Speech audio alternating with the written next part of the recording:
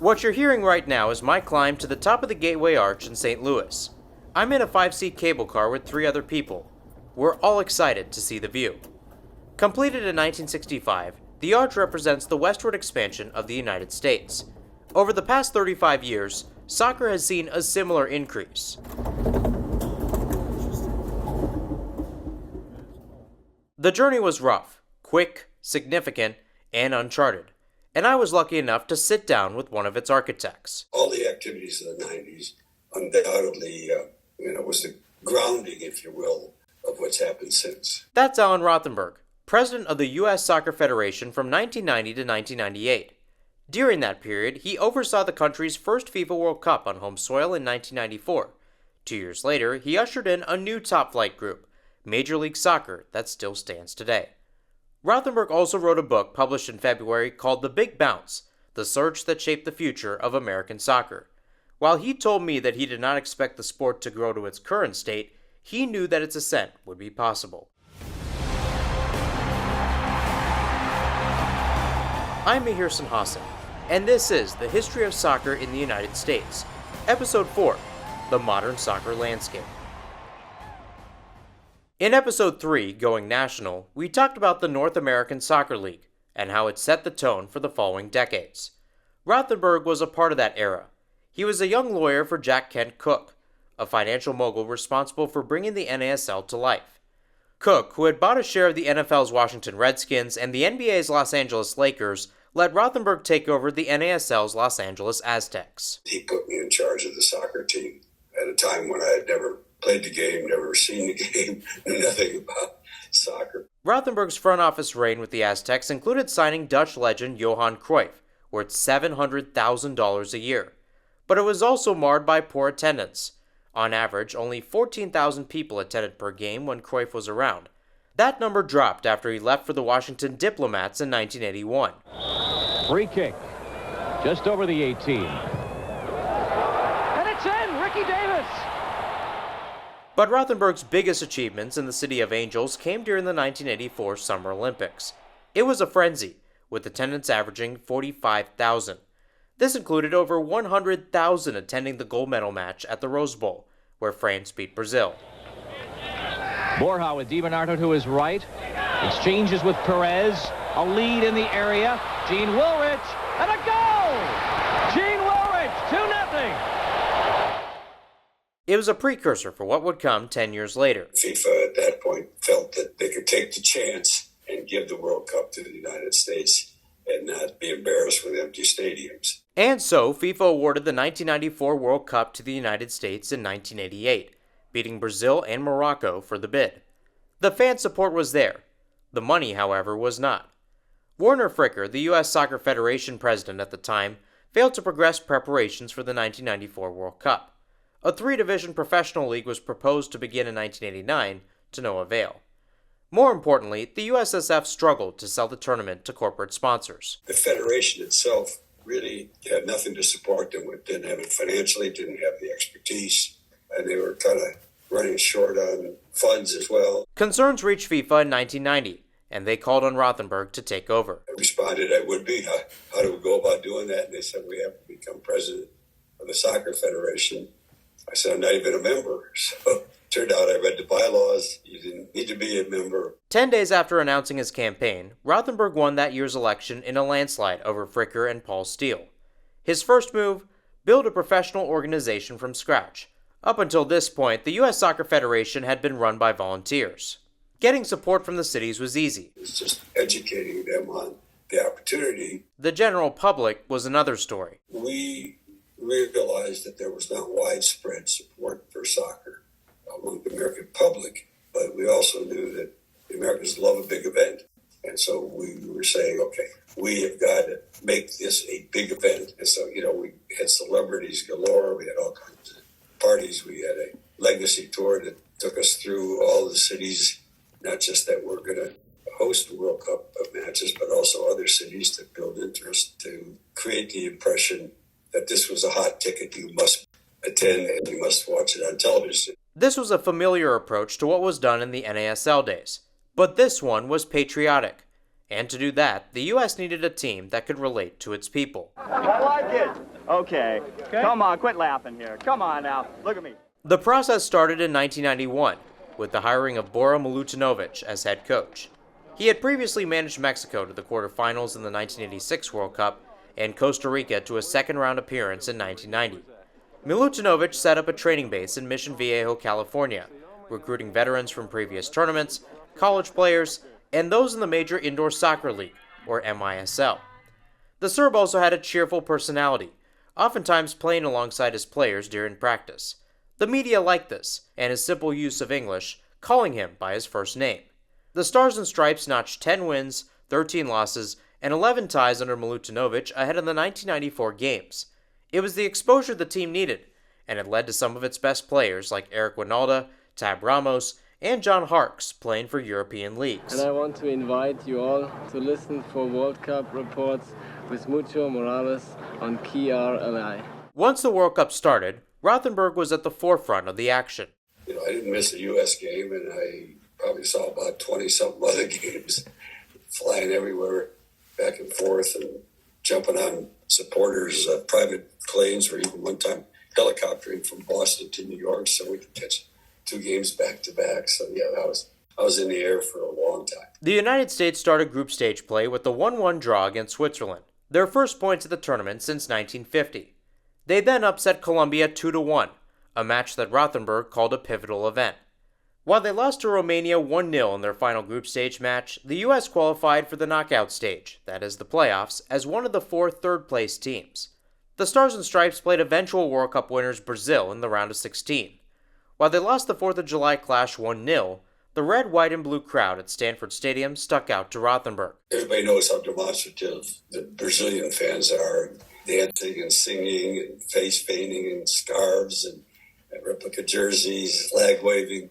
Amazingly, we had at least as many American fans doing the same thing. And that was the first time I saw it. I said, you know what? They've caught World Cup fever. They really do understand the passion that's attached to this event. It's not just a bunch of soccer matches. It's patriotism at its best. Patriotism that also translated in the women's sport later that decade. First at the 1996 Summer Olympics, a debut for the women's competition, then the 1999 FIFA Women's World Cup, which the United States won on home soil. But Rothenberg wanted consistent growth long term. Now, sir, if you will please, pass the World Cup to the USA. It's the 1994 FIFA World Cup draw, where the teams qualified for the tournament find out their schedule. On stage is 5 people. Rothenberg stands in the middle. To his far right is the host. To his far left, then FIFA President João Havelange. The Golden World Cup trophy is on stage and is passed around.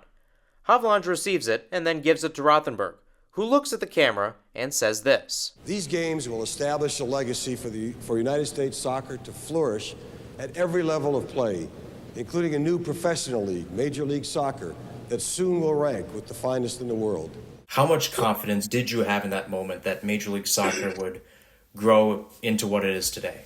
It was one step at a time. Let's get it launched. Let's move it along. I think our early projections were to target attendance of in the high teens. Obviously, we're above that now. As I said, I didn't have a vision of, well, I'm going to look down the road 30 years and we're going to have, 30 clubs and have the average attendance I'm talking about and the standing in the world that we do. But I did have confidence that the league would be successful. Major League Soccer was named the new top-flight league in December 1993, a few days before the draw.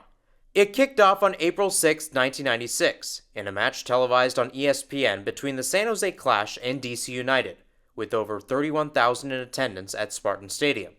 Since its beginning, the league has wanted to play and present the game the right way. Before the opening match, the Clash's general manager, Peter Bridgewater, wanted to paint the league's logo in the center circle, something never done internationally. His request was denied. Teams also formed supporters groups, replicating the passion of foreign leagues and uniting the most passionate fans, regardless of class and ethnicity. The casual viewers in attendance had to grow accustomed to it, but it was better than NASL players running past cheerleaders. Major League Soccer also limited the number of international players on each team, so that Americans in the stands could watch Americans on the pitch. Attendance struggled early on.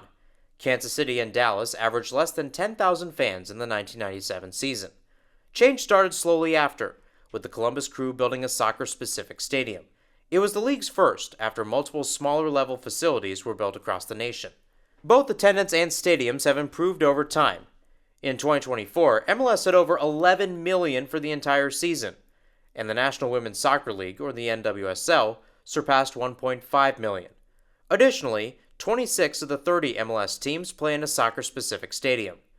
American soccer teams have a consistent fan base and places to call home, which brings us to today.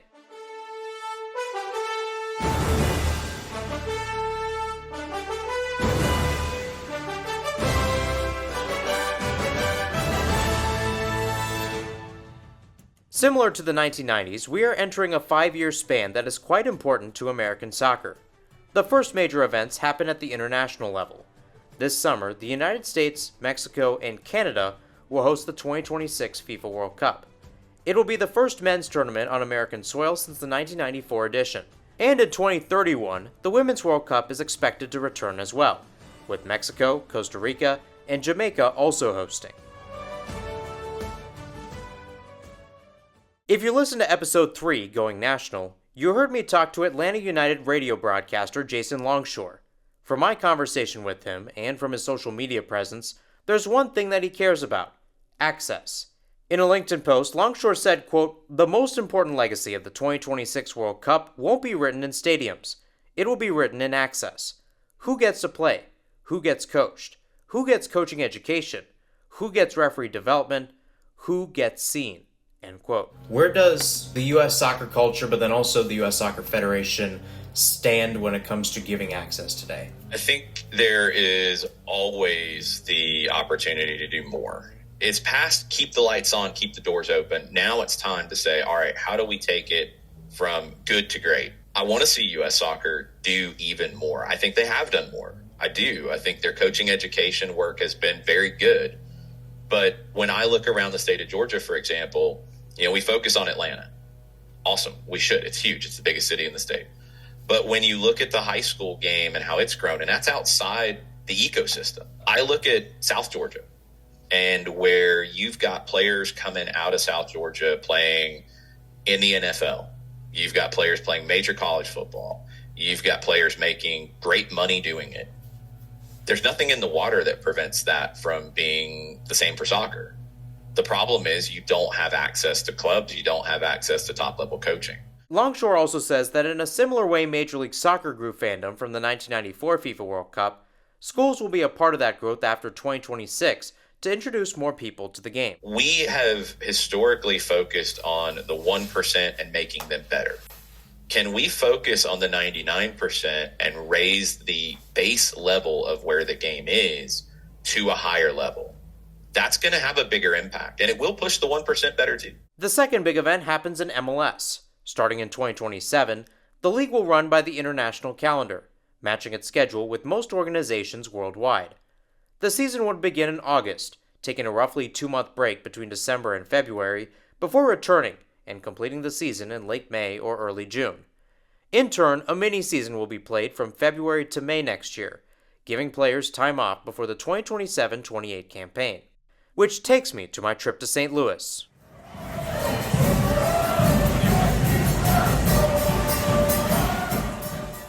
It was a cold February Saturday in East Missouri. Temperatures settled around 40 degrees with a light but distinct wind. Fans were dressed up in winter coats, hats, and gloves, many of them arriving outside of Energizer Park hours before the afternoon kickoff. It was a historical day as well. St. Louis City SC was taking on Charlotte FC to inaugurate the 2026 season, the league's last running a spring to fall schedule. This game, at this time of year, is soon to become a mid-season clash. Mike George is a season ticket holder in the supporters section. I met him 3 hours before the match, greeting people roaming around the area. While he personally likes the move, he is not sure on how it will affect the casual viewers. It's going to be a wake-up call, I think, for some fans. The hardcore fans, I think, are going to love it because being here in July and August, it's way too hot. But then we're going to look at more days like this. Meanwhile, Ellie Bledsoe, another supporter section member, does not see the change as a big adjustment. I don't think we're going to see too much of an effective change on when games are. Like this year, we're breaking for World Cup. couple years before we broke through Leagues Cup. I think we were building out that pattern, so this is just going to be a better flip, and it's going to give us the chance to actually tap in our primary market to the primary market around the globe, and we can bring in better talent. Danni Eickenhorst, who I interviewed with Bledsoe, agrees. We've been out here on days where we couldn't feel our fingers and on days where we've nearly passed out from heat exhaustion. I don't think it's going to deter a single person. This is a soccer city, and so I think, having a change in schedule, we're all still going to show up. Eickenhorst also knows a lot about St. Louis City SC's community. She's the restaurateur for locally owned Steve's Hot Dogs, who has a spot inside Energizer Park. So it was a huge honor. We were given the best spot in the stadium, and it's been a game changer for us and for our business. It's been amazing how they've really put a focus on local here and lifting up local businesses. St. Louis City SC also had a block party, featuring merchandise stands, a pop-up soccer net, and live music. It's where I found Matt Spaeth, who has been to these events before. This is probably the 7th or 8th that I've been to, but this is the first opening day one, and it's already a little more exciting. Spaeth is also a former hockey referee, telling me that 10 to 15 people from that group were also attending the match. He says that soccer is a part of the city's identity. So it doesn't matter what sport you play. At some point in your life, you either played soccer, you went and watched your sibling play soccer, it was part of your life, you understand the sport to an extent, you know what it's about. Now we're where we're at with it. And that might be the biggest takeaway from this podcast.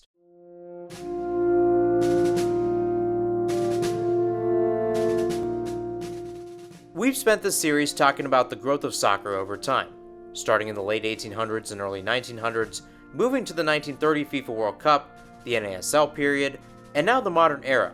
Each stage saw the circle increase, first from immigrants, then Americans who have embraced the sport, created its own identity, and spread it to others from all walks of life.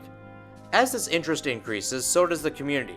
A round ball, kicked around by 22 players, watched by millions, becomes tied to a memory, a group, and a family that makes everyone feel at home, a part of something bigger than themselves. We don't know what the future of this sport holds, especially with the crucial events ahead. But soccer belongs in, and will continue to be a part of this country, from sea to shining sea.